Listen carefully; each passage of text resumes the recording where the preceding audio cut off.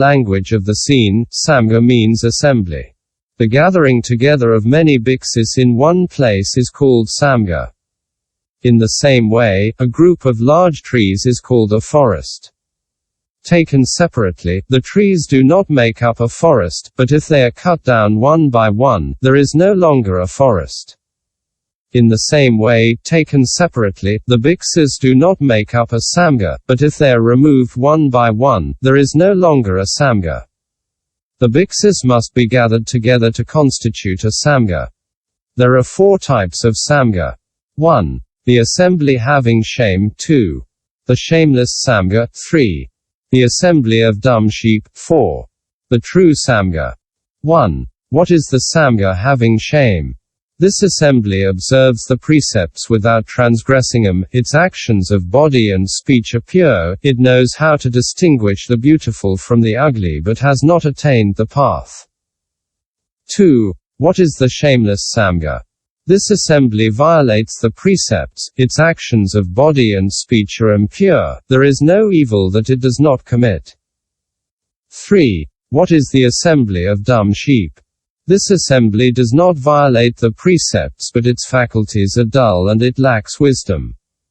It is unable to discern the beautiful and the ugly, the light and the heavy, that which is sinful and that which is not sinful. If there is some business in the SAMGHA where 2 people are arguing, it is not capable of cutting through the question and remains silent without saying a word, like a white sheep that cannot make a sound until it is butchered. 4. What is the true assembly? The true assembly is that of the CH.6 and the BHIKSU who reside in the 4 fruits and practice the 4 paths leading to them. Pankamatra Bhiksu Sahasra. Sutra. The assembly was very numerous, a section of 5,000 men. Sastra. What is meant by very numerous? We call a sum which increases and rarely decreases very numerous. In a numerous assembly, if a group is taken out, there is a section. Here in an assembly of 10,000 bhiksus, a section of 5,000 men is taken. Hence the expression, section of 5,000 men. 1. Arhat. Sutra. All were arhats. Sastra. What does arhat mean? 1. Ara means enemy and hat means to kill. He who has destroyed all these enemies that are called the afflictions is called an arhat. 2. Furthermore, the arhats who have destroyed all the impurities deserve veneration by the gods and men of all the universes. 3. Finally, a designates negation and rahat designates birth. He who will never again be reborn in future generations is called arhat. 2. Kasenasrava. Sutra. They have destroyed the impurities. Sastra. They are called Kayasinasrava because they have completely eliminated the 3 impurities of the threefold world. 3. Nisklesa. Sutra. They were free of the afflictions. Sastra. They are called Nisklesa because they have destroyed all the fetters, the attachments, the bonds, the obstacles, wrong views and the envelopment of desire. 4. Suvamuktakata, Suvamukta Prajna. Sutra. Their mind was completely liberated as well as their wisdom.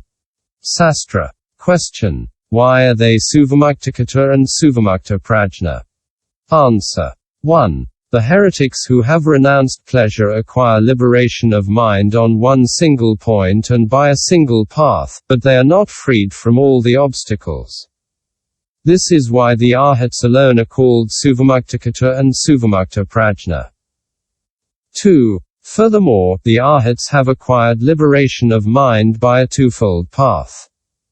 The path of seeing the truths and the path of meditation, this is why they are called Suvamuktakata.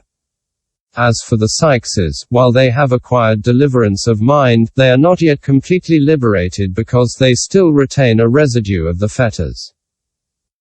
3. Furthermore, the dharmas auxiliary to the path are not complete in the heretics.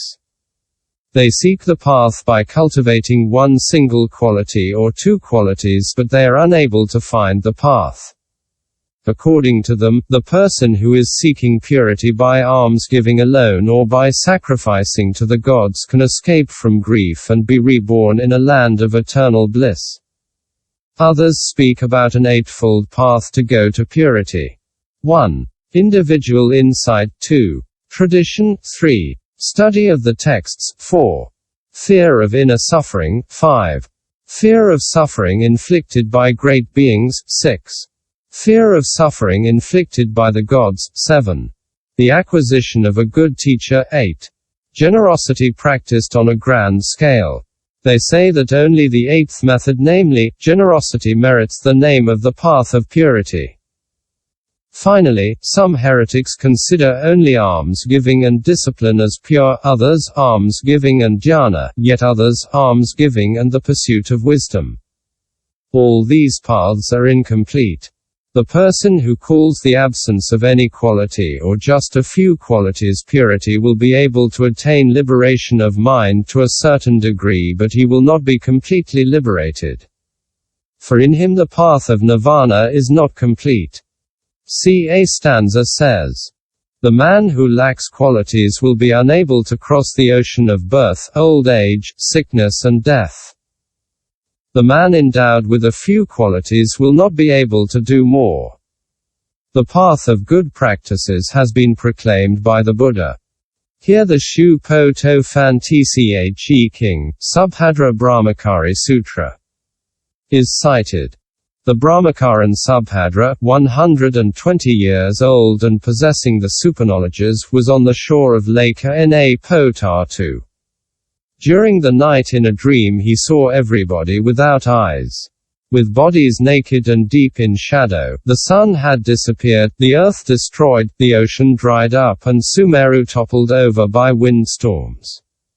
He woke up frightened and said to himself, "What does this mean? My life has reached its end since the teachers of heaven and earth are about to fall." Perplexed, he could not understand why he had had this bad dream. Formerly, he had a goddess friend. She came down from the sky and said to Subhadra, "Fear not, there is an omniscient one called Buddha who, during the last watch of the night, will enter into nirvana without residue. The dream which you have had is not about you at all." The next day, Subhadra went to the forest of Ki. He met Ananda and said to him, "I have heard that your teacher teaches a new path to nirvana, and today, during the last watch of the night, he is going to undergo cessation. I feel some doubts, and I would like to see the Buddha so that he can dispel them." Ananda replied, "The Bhagavat is on the point of death. If you question him, you will tire him out." Subhadra repeated his request 3 times, but Ananda answered him in the same way each time. The Buddha heard this conversation from a distance and he ordered Ananda, "Let the brahmacarin Subhadra come here and question me freely. That will be my last talk. He will become my disciple shortly." Then Subhadra, admitted into the presence of the Buddha, exchanged friendly salutations and sat down to one side. He said to himself, "Some heretics who have renounced desires